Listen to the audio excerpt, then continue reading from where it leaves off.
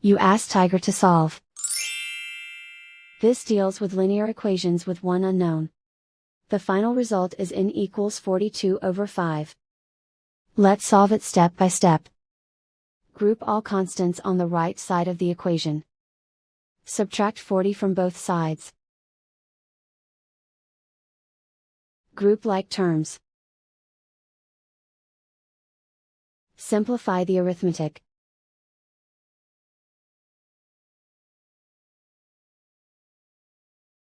Isolate the n. Divide both sides by -5. Cancel out the negatives.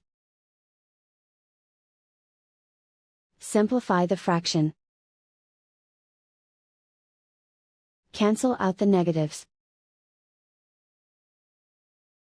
And so the final result is n equals 42/5.